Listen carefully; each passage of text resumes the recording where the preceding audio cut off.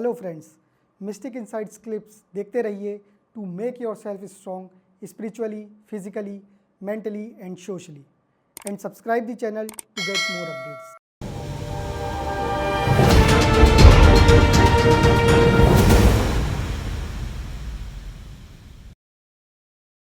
अरे जस्टिस गोगोई नहीं बोल पाए तो ये क्या बोलेगा। जस्टिस गोगोई पे मीटू एलिगेशन जब लगाए लड़की ने, तो मैंने तो इंडिया गेट में प्रोटेस्ट किया। 150 कैमरा आए थे इस प्रोटेस्ट को देखने के लिए। पता नहीं मीडिया वाले बहुत इंटरेस्टेड थे जस्टिस गोगोई में। तो जब मैंने बताया कि हम ऐसे ऐसे प्रोटेस्ट कर रहे हो इंडिया गेट पे, तो 150 कैमरा लगे थे। हालांकि मैं बड़ी हैरान थी कि मैं तो वही बरखत रहन हूँ, 150 लोगों को आने की क्या जरूरत पड़ गई, क्या आन पड़ गई, क्या हो गया। वैसा नहीं है, वैसे तो आते नहीं है लोग, हम तो चीख चीख के बोलते, वैसे नहीं आते। तो उन्होंने, मेरे 3 सवाल थे। अगर जस्टिस गोगोई नहीं बच पाए इस कानून से और इस व्यवस्था से, तो आम पुरुषों का क्या हाल होता होगा। अगर जस्टिस गोगोई ने मीडिया मैनेज कर लिया, 17 दिन में क्लीन चिट मिल गई, तो मेरे भाइयों को 17 सालों में भी क्यों नहीं मिलती। अगर जस्टिस गोगोई सच बोल रहे कि उन्होंने कुछ नहीं किया, तो उस महिला को गिरफ्तार क्यों नहीं किया गया। ये आग लगा दी थी 3 सवालों ने, आग लगा दी थी। लेकिन जस्टिस गोगोई ने भी आज तक खुल के बात नहीं करी इसके ऊपर। जस्टिस गांगुली, आप सब जानते हैं, उन्होंने भी आज तक कोई बात नहीं रखी। तो ये जो लोग हैं ये कभी बोलते भी नहीं है। ऐसे चलेंगी तो आप ये सोचो, जैसे बोला जाता है कि विमेन्स भी आगे बढ़ें, विमेन भी आगे बढ़े अपने मतलब करियर में, तो आगे जाके लोग डरेंगे नहीं उनको हायर करने के लिए, रिक्रूट करने के लिए कंपनी में, कि कल को कहो हम पे इल्जाम ना लग जाए। ये तो ऑलरेडी है, लेकिन अभी अपने पूरी बात सुनी नहीं थी। जस्टिस साहब ने, गोगोई बड़ा नाम है, इन्होंने दूसरे तीसरे दिन ये लिख के भेजा था, ये आया था, रिप्लेस फीमेल स्टाफर्स बाय मेल स्टाफर्स। अच्छा, रिप्लेस फीमेल स्टाफर्स बाय मेल स्टाफर्स, कितनी बड़ी बात है। मतलब जब तुम भुक्तभोगी तो रिप्लेस कर दे, और जब मेरा आम भाई भुक्तभोगी तो तू ही ने किया, तू ही दरिंदा है, तू नहीं किया सब, तब तू ही गलत है। तो ऐसे कैसे आएगा बदलाव। और रही बात जो आप पूछ रहे थे कि बहुत सारे मेरे मालिकों से भी, कंपनी के मालिकों से भी बात होती है। अक्सर वो बोलते हैं कि हमें तो बहुत डर लगता है। बॉलीवुड के बहुत सारे लोग आए हैं मेरे पास अभी रिसेंटली, बॉलीवुड से, कि यार ये लड़की अच्छा वाला काम कर रही थी, इसको निकाला जैसे इसने डाल दिया रेप, अब क्या करें। ये तो अच्छा वाला, ये मीडिया संस्थान में बड़े बड़े नाम हैं।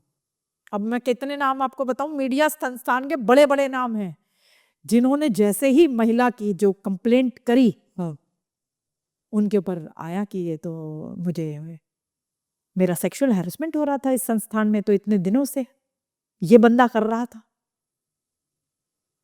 ये सब जगह हो रहा है, धड़ल्ले से हो रहा है, सब जानते हैं। बंद कमरों में ये बातें मेरे साथ अक्सर होती हैं। तो किस किस का नाम बताऊं आपको, लिस्ट इतनी बड़ी है कि शायद महीने भर तक भी नाम खत्म ना होंगे, इतने नाम हैं मेरे जहन में। लेकिन करा तो क्या करा जाए, ये बेजुबान है।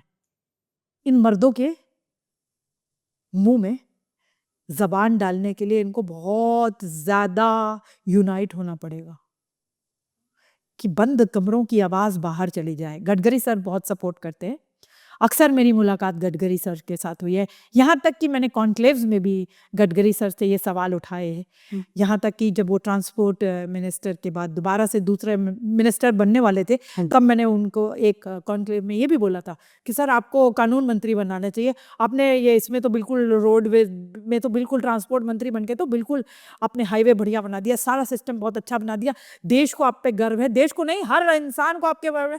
यहाँ तक कि कांग्रेस आपकी बहुत बड़ाइयाँ करती है, मैं तो कांग्रेस वालों से भी मिलने जाती हूँ, वो आपकी बहुत बड़ाइयाँ करते हैं। तो आपने तो वंडरफुल काम किया, A1 काम किया है गडकरी साहब। लेकिन आप अगर कानून मंत्री बन जाए तो शायद इधर भी कुछ बदलाव आ जाए, सुधार आ जाए। देश को आपके जैसा होनहार मंत्री, कानून मंत्री की ओर देखना चाहिए। तो सर ने बोला था कि आप ऐसी बातें ना करें और जो भी, जहाँ पे भी आपकी जो प्रॉब्लम है, जो आपका इशू है, इसको मैं सही जगह पहुँचा दूंगा। काफ़ी सपोर्ट रखते हैं सर। और जब भी मैं उनसे मुलाकात करने गई हूँ, उन्होंने कहा है कि वो इस पूरी मुहिम को सपोर्ट करते हैं और वो ये हमारे साथ हैं। और हम जब अंतर्राष्ट्रीय पुरुष दिवस मनाते हैं, पिछले साल जब हमने मनाया था तब हमने उन्हें इनवाइट भी किया था, लेकिन उन्होंने कहा था कि उनके पीए से हमने पूछा कि सर इस दिन करेंगे, तो उन्होंने बोला कि उस दिन सर नहीं है। मैंने कहा हम सर के लिए डेट भी बदल देंगे, नितिन गडकरी सर के लिए, क्योंकि सर के से बहुत मेरा एक मैं कहूँ कि एक बहुत लगाव है, क्योंकि सर इस मुद्दे को समझते हैं, गडकरी सर, क्योंकि वो भी ग्राउंड पे काम करते हैं, उनको भी बहुत लोगों से मुलाकात करनी होती है और उन्हें काम कराने के तरीके पता हैं। तो बहुत एडमायर करती हूँ मैं नितिन गडकरी सर को।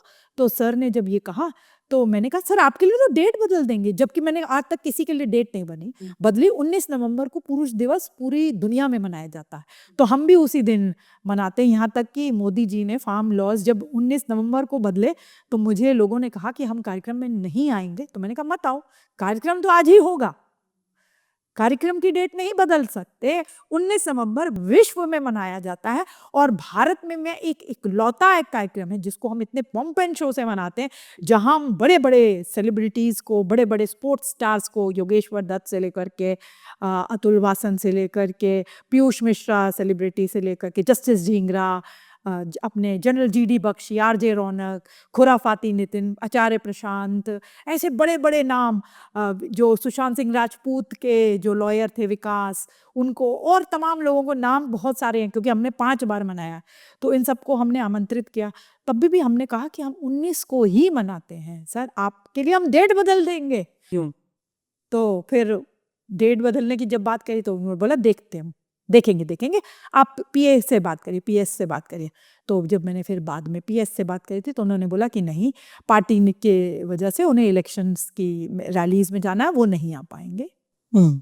ओके। जब उन्होंने बोला कि नहीं आ पाएंगे तो मेरा थोड़ा सा दिल टूट गया था, लेकिन फिर क्या होता है, फिर भी कार्यक्रम तो नहीं रुकते, कार्यक्रम होते रहते हैं। और कार्यक्रम हुआ था और उस कार्यक्रम में बहुत सारे लोग आए थे, योगेश्वर दत्त आए थे उसमें, अवध ओझा आए थे उसमें, अभिजीत अय्यर आए थे, और प्रेसिडेंट को डॉक्टर साहब हैं, कल उन्होंने 4 प्रेसिडेंट हमारे देश के सर्व किए हैं, डॉक्टर साहब का नाम भूल रही हूँ उनको, वो आए थे, और भी तमाम लोग आए थे उस कार्यक्रम में। विवेक नारायण भी हैं, एक सुप्रीम कोर्ट के लॉयर हैं, ओके। वो भी आए थे उस कार्यक्रम में। ऐसे बहुत सारे लोग आए थे जिनको हमने सम्मानित किया था। अच्छा, ये कार्यक्रम आप सोचेंगे कि ये किस चीज़ का कार्यक्रम है, वो ये कार्यक्रम में हम पुरुषों को जो बहुत एक्सेलेंट काम कर रहे हैं अपने अपने एरियाज में, उनको बुलाते हैं। जैसे हमने अलग अलग कैटेगरीज में से बुलाया था। ओके। तो स्वामी चक्रपाणी को हमने धर्मगुरु कैटेगरी से बुलाया था। ऐसे ही मतलब हर अलग-अलग, कैटेगरी के पुरुष को हाँ, बुलाते हैं जो मीडिया सोसाइटी पे- में एक अच्छा काम कर रहे जी, मीडिया में से हमने सुरेश चौहान के जी को बुलाया था, हो गया। हमने अशोक श्रीवास्तव जी को बुलाया था जो मीडिया कैटेगरी में से हैं।